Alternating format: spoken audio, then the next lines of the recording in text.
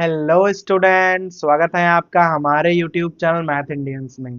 कक्षा 11 गणित में इस समय हम लोग 10वां चैप्टर पढ़ रहे हैं, सरल रेखाएं, स्ट्रेट लाइंस। और भाई आज के इस वीडियो में आपको हम पढ़ा रहे हैं एक्सरसाइज 10.3। और भाई इस वाले वीडियो में हम प्रश्न नंबर 16 से शुरुआत करेंगे। अगर आपको भाई इसके पहले के सवाल देखने हैं तो आप हमारी प्लेलिस्ट में से देख सकते हो। ठीक है, तो भाई अभी प्रश्न नंबर 16 को पढ़िए, क्या कह रहा है। देखो, दो सरल रेखाएं आपके सामने हैं, x cos theta minus y sine theta, बराबर में लिखा है के कॉस 2 थीटा। ठीक है, एक है x sec theta plus y cosec theta, बराबर के लिखा हुआ है। अब कह रहा है कि अगर आप इस पर मूल बिंदु से लंब डालोगे तो उसकी माप P है, और अगर यहां डालोगे तो उसकी माप जो है वो Q दे रखी है आपको। तो भाई आपको ना यहां पर सिद्ध करना है कि P square plus 4Q square बराबर के स्क्वायर लाना है आपको। ठीक है भाई, ये चीज आपको प्रूव करके दिखानी है यहाँ। तो यहां मूल बिंदु से डाले गए लंब की लंबाई P है, और यहां पर मूल बिंदु से डाले गए लंब की लंबाई Q है, ऐसा आपको पता है। देखो, अगर कोई रेखा ना अपने मानक रूप में लिखी हो इस प्रकार से, a x plus b y plus c बराबर 0, इस प्रकार से लिखी हो, और आपसे कह दे कि मूल बिंदु से डाले गए लंब की लंबाई यहां पर क्या हो जाएगी, तो भाई सूत्र होता है P बराबर, देखो, C अपॉन अंडर रूट में जाएगा ए स्क्वायर और प्लस बी स्क्वायर।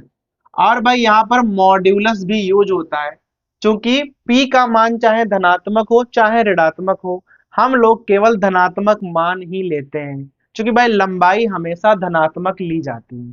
तो यहां पर भाई दोनों में ही हम इस सूत्र का प्रयोग करने वाले हैं।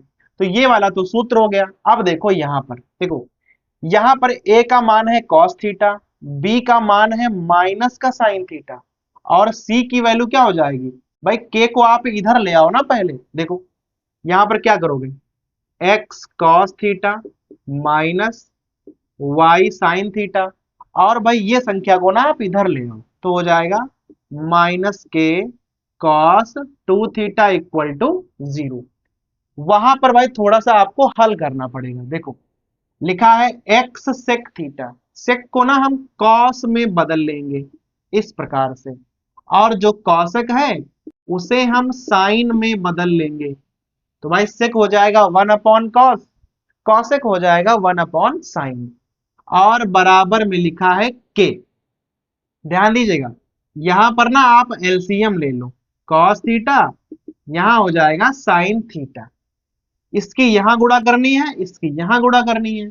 तो भाई हो जाएगा आपके पास x sine theta plus y cos theta, और बराबर में के हो जाएगा।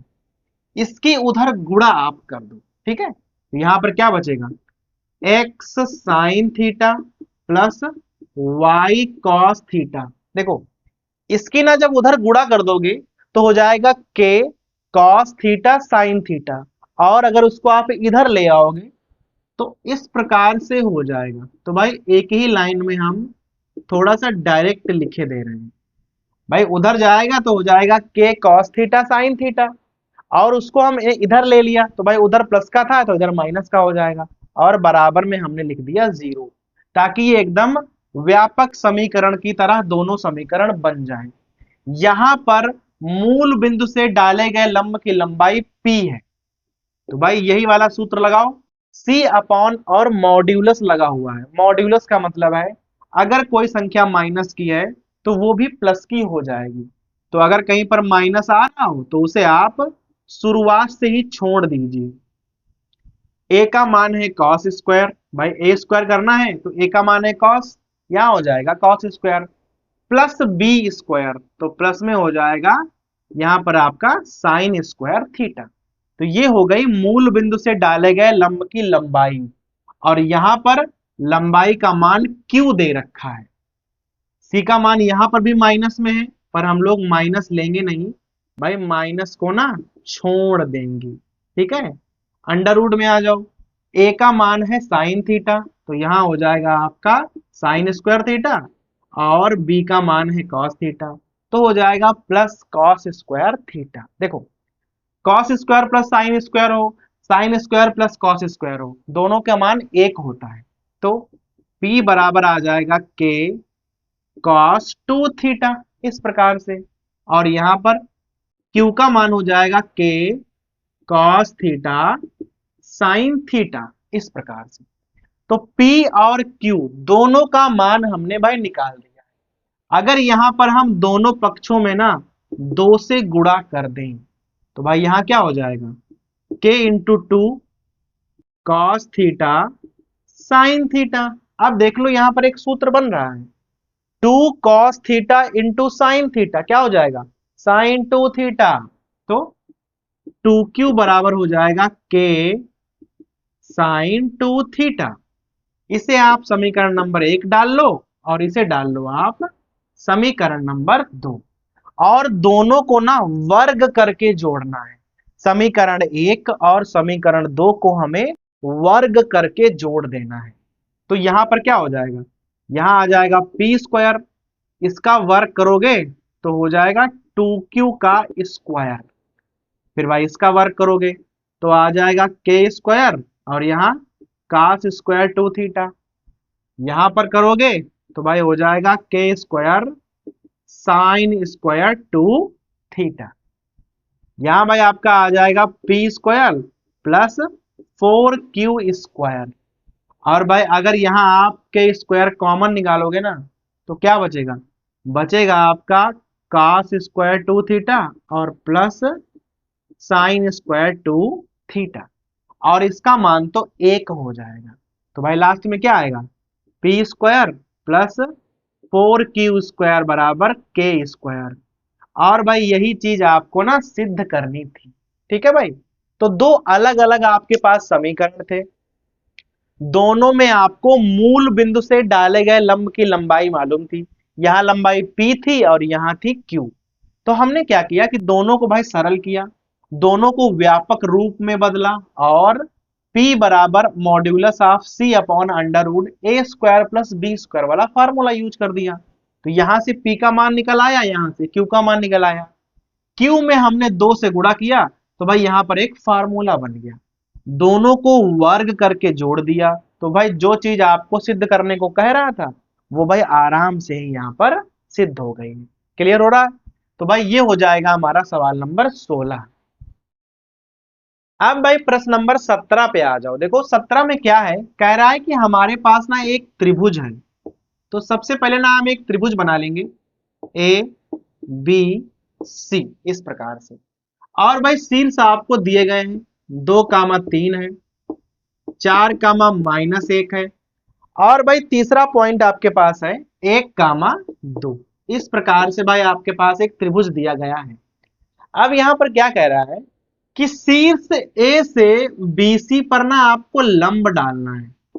तो भाई मान लो कि हमने ए से बीसी रेखा पर एक लंब डाल दिया है जो कि एडी के रूप में हमने दिखाया है।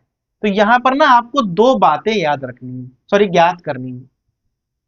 तो भाई यहां पर ना आपको दो बातें ज्ञात करनी है, पहला कि एडी की लंबाई क्या है, और दूसरा भाई एडी का समीकरण क्या है। समझ में आया भाई, एबीसी आपके पास कोई त्रिभुज है, तीनों शीर्ष आपको दिए गए हैं।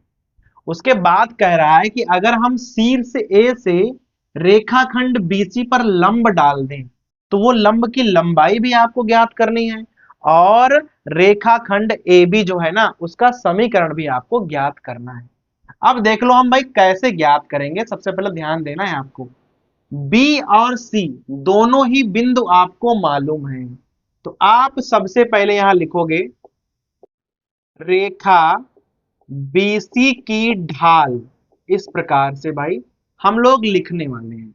सबसे पहले हम रेखा बीसी की ढाल निकालें, तो भाई ढाल है इसे आप m1 करके यूज करो, सूत्र होता है y2 minus y1 upon x2 minus x1, और यहां पर आप x1 y1 और x2 y2 यूज कर लो इस प्रकार से। तो भाई m1 का मान निकाल लो, m1 बराबर क्या हो जाएगा, y2 का मान 2 है और यहां माइनस माइनस प्लस हो जाएगा, x2 है जो 1 है, और यहां हो जाएगा -4। तो ऊपर आ जाएंगे 3 और नीचे आ जाएंगे -3। और जो m1 है उसका मान -1 आ गया है। तो भाई जैसे ही हमको रेखा BC की ढाल मालूम हो जाती है तो उसकी सहायता से हम रेखा AD की ढाल भी निकाल सकते हैं। क्यों? क्योंकि रेखा BC और रेखा जो AD है ये आपस में लंबवत हैं, और लंबवत रेखाओं की ढाल हम बड़े आराम से निकाल सकते हैं। तो लिखेंगे रेखा AD की ढाल, और जो रेखा AD की ढाल है उसे हम M2 करके यूज कर लेंगे। तो भाई सूत्र क्या बन जाएगा? -1/M1। तो माइनस माइनस यहाँ प्लस हो जाएगा और M2 का मान आ जाएगा 1। अब देख लो, ये रेखा और ये रेखा, दोनों रेखा की हमें ढाल मालूम हो गई है। अब यहाँ पर हमें दो चीजें करनी है। पहले तो रेखा AD का ना समीकरण ज्ञात करना है, ठीक है। उसके बाद रेखा BC का समीकरण ज्ञात करना है। भाई BC का हम लोग इसलिए ज्ञात करेंगे, फिर हम A से ना BC पर लंब डाल देंगे और लंब की लंबाई हमें डायरेक्ट मिल जाएगी। तो दोनों ही रेखाओं के ना आपको समीकरण ज्ञात करने पड़ेंगे। तो सबसे पहले हम रेखा AD का समीकरण निकालेंगे। तो यहां आप लिखोगे रेखा AD का समीकरण। अब यहां पर एक चीज ध्यान देना, देखो आपको रेखा AD की ढाल मालूम है और एक बिंदु मालूम है 2, 3। तो अगर आपको ढाल मालूम हो, एक बिंदु मालूम हो, तो आप भाई सूत्र यूज करोगे y माइनस y1 बराबर m की जगह हम m2 यूज करेंगे, क्योंकि रेखा AD की ढाल जो है वो m2 है। और यहां हो जाएगा x माइनस x1। ये वाला हम सूत्र यूज करने वाले हैं, और ये आपके x1 y1 ट्रीट होंगे, क्योंकि रेखा AD हम निकाल रहे हैं ना, इसीलिए। अब देखना, y माइनस 3 बराबर m2 का मान 1 है, और यहां हो जाएगा x माइनस 2। तो यहां हो जाएगा y माइनस 3 बराबर x माइनस 2। तो भाई y और माइनस x हो जाएगा ना इस प्रकार से, -3 और यहाँ प्लस का 2 हो जाएगा, बराबर में कर दो 0। माइनस से पूरे में आप चाहो तो गुणा भी कर सकते हो। तो यहाँ हो जाएगा x माइनस वाई, ये यहाँ -1 बचेंगे, तो ये हो जाएंगे प्लस के 1, और बराबर में आ जाएगा 0। ये है रेखा AD का समीकरण। तो वहां कह रहा था कि जो आपने लंब डाला है ना उसका समीकरण भी निकालना है आपको। तो ये है लंब का समीकरण। लेकिन उसके अलावा भी भाई आपको ना यहाँ पर एक बात निकालनी होगी, रेखा BC का समीकरण भी निकालना होगा। देखो रेखा BC की ढाल हमें मालूम है -1 है। अगर ढाल मालूम है तो चाहे आप ये वाला बिंदु ले लो और चाहे ये वाला बिंदु ले लो, किसी आप एक बिंदु से रेखा का समीकरण निकाल सकते हो। तो हम ये वाला बिंदु लेकर निकालें और चाहे इससे निकाल लें, जिससे आपको आसान लगे आप निकाल सकते हो। यही वाला सूत्र हम अप्लाई करेंगे। यहां पर आप लिखोगे रेखा BC का समीकरण इस प्रकार से, यही वाला सूत्र है, और हम सीधे मान रखेंगे, ठीक है। y माइनस y1 का मान है -1, तो प्लस का 1 हो जाएगा। y प्लस 1 बराबर जो m है उसकी -1 है, इसकी +1 थी, उसकी है -1, तो रख दिया -1, x माइनस 4। अब हो जाएगा y प्लस 1 बराबर -x और +4। x को ना आप इधर बुला लो, तो x प्लस वाई और +1 माइनस के 4 हो जाएंगे। भाई सरल करोगे तो x प्लस वाई -3 बराबर 0। ये क्या है? ये रेखा BC का समीकरण है। अब ये हमने निकाला क्यों है? क्योंकि रेखा BC का समीकरण पूछ नहीं रहा था, लेकिन हमने फिर भी निकाला है। क्यों? क्योंकि बिंदु A से रेखा BC पर हम लंब की लंबाई डायरेक्ट निकाल सकते हैं। सूत्र कौन सा लगेगा? तो भाई AD का मान क्या निकालोगे? यहां लिखेंगे AD की लंबाई, और भाई सूत्र लगता है AX1 plus BY1 plus C upon under root A² plus B²। ये कब लगता है? जब हम किसी बिंदु से किसी रेखा पर लंब डालते हैं और लंब की लंबाई हमें निकालनी होती है। तो BC का समीकरण मालूम है, हम A से इस पर लंब डाल देंगे। यहाँ A का मान क्या है? A का मान है 1 और x1 y1 आप ये वाले ट्रीट करोगे, बहुत ध्यान देना है। तो 1 इंटू 2 तो हो जाएगा 2। B का मान भी 1 है और y1 है 3, तो यहां हो जाएंगे 3। C का मान है यहां -3 अपॉन अंडर रूट में आ जाओ A² प्लस B², तो यहां 1 + 1 हो जाएंगे, 3 और 3 हो जाएगा कैंसिल। मॉड्यूलस लगाने की कोई जरूरत नहीं है क्योंकि यहाँ मान धनात्मक ही आ रहा है। तो यहाँ हो जाएंगे 2 और अपॉन में आ जाएंगे √2। भाई कैंसिल कर दोगे ना तो सीधे आ जाएगा √2 मात्रक। अर्थात जो आपका लंब है उसकी लंबाई क्या हो जाएगी? √2 मात्रक। और जो लंब है उसका समीकरण क्या हो जाएगा? x - y + 1 = 0। तो इस प्रकार से आपको ये पूरा सवाल लगाना है। तो भाई देखने में तो छोटा सवाल लग रहा था, लेकिन आपको फिर भी दो दो समीकरण यहां निकालने पड़े, क्योंकि समीकरण नहीं निकालोगे तो आप लंब की लंबाई वाला सूत्र डायरेक्ट यूज नहीं कर पाओगे। ठीक है भाई, तो ये हो जाएगा हमारा सवाल नंबर 17। अब भाई सवाल नंबर 18 पे आ जाओ। देखो क्या कह रहा है कि आपके पास कोई एक रेखा है। तो भाई पहले ही हम फिगर बनाए ले रहे हैं। कह रहा है रेखा है जो अक्षों पर अंतःखंड काटती है, यहाँ पर A मात्रक और यहाँ पर B मात्रक। ये आपका ओरिजिन है, ये x एक्सिस और ये वाला हो जाएगा y एक्सिस। ठीक है, और उस पर ये वाली कोई रेखा है आपकी जो अक्षों पर A और B अंतःखंड काटती है इस प्रकार से। अब कह रहा है कि इस रेखा पर मूल बिंदु से अगर हम लंब डाल दें तो लंब की लंबाई जो है वो P है। लंब की लंबाई जो है वो P है। तो आपको ना ये वाला सवाल सिद्ध करना है। और सिद्ध क्या करना है भाई? वो तो जब सिद्ध होगा तो आप देख ही लेना। तो सबसे पहले अगर आपको ना अक्षों पर कटे हुए अंतःखंड मालूम है तो उससे रेखा कैसे निकालें?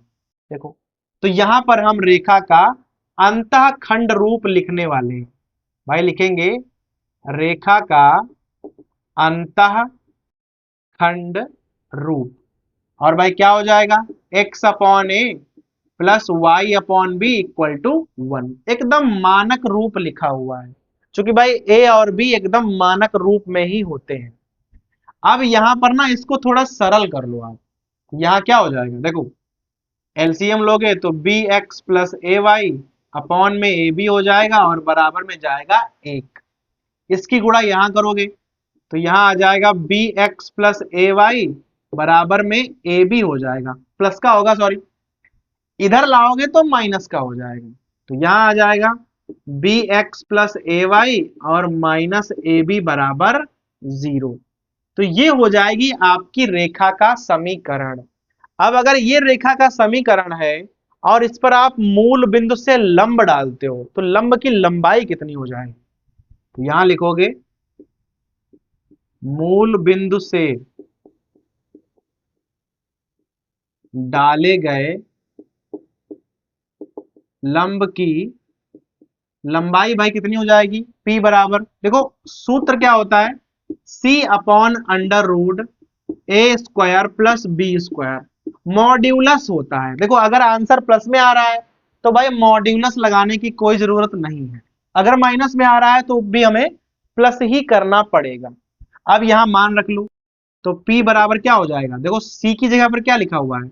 -ab है और अपॉन में A का मान B है और B का मान है A। यहां हो जाएगा b² प्लस a²। और इस प्रकार से आप मॉड्यूलस लगा दो। देखो अब हम क्या करेंगे, यहां दोनों पक्षों में ना वर्ग कर देंगे। जब वर्ग कर दोगे तो मॉड्यूलस की जरूरत खत्म हो जाएगी, क्योंकि भाई तब संख्याएं ऐसे ही प्लस में हो जाएंगी। p² बराबर a²b² upon a² plus b²। अब देखना क्या करेंगे हम, इसको हम जस्ट रेसिप्रोकल बना देंगे। पी स्क्वायर को बना दिया 1/p²। और यहां पर भी आपको उल्टा करना पड़ेगा, a² + b² upon a² b²। अब आप ना इसको अलग अलग करके भी लिख सकते हो। तो 1/p² बराबर क्या हो जाएगा, देखना, a² अपॉन a² b² और plus b² upon a² b²। ये और ये कैंसिल, ये और ये कैंसिल हो जाएगा। तो भाई लास्ट में आपका आंसर क्या आ जाएगा, 1/p² बराबर 1/a² और प्लस 1/b²। और भाई यही चीज आपको सिद्ध करनी थी। ठीक है भाई, तो हमने सिद्ध कर दी। तो सवाल में क्या था कि शुरुआत में आपको दोनों अक्षों पर कटे हुए अंताखंड मालूम थे, तो हमने रेखा का अंताखंड रूप लिखा, एलसीएम लेके थोड़ा सरल कर लिया ताकि एकदम व्यापक समीकरण की तरह बना पाए। फिर मूल बिंदु से डाले गए लंब की लंबाई वाला सूत्र लगाया, सबके मान रखे, थोड़ा सा हल किया, और भाई जानबूझकर ऐसे हल किया कि इस प्रकार से आपका आंसर बन जाए, क्योंकि भाई यही चीज आपको सवाल में सिद्ध करनी थी। तो यहां लिख दोगे आप, हेंस प्रूव्ड इति सिद्धम, यही सिद्ध करना था। क्लियर हो गया भाई? तो ये हो जाएगा आपका सवाल नंबर 18। और इसी के साथ एक्सरसाइज 10.3 समाप्त होती है।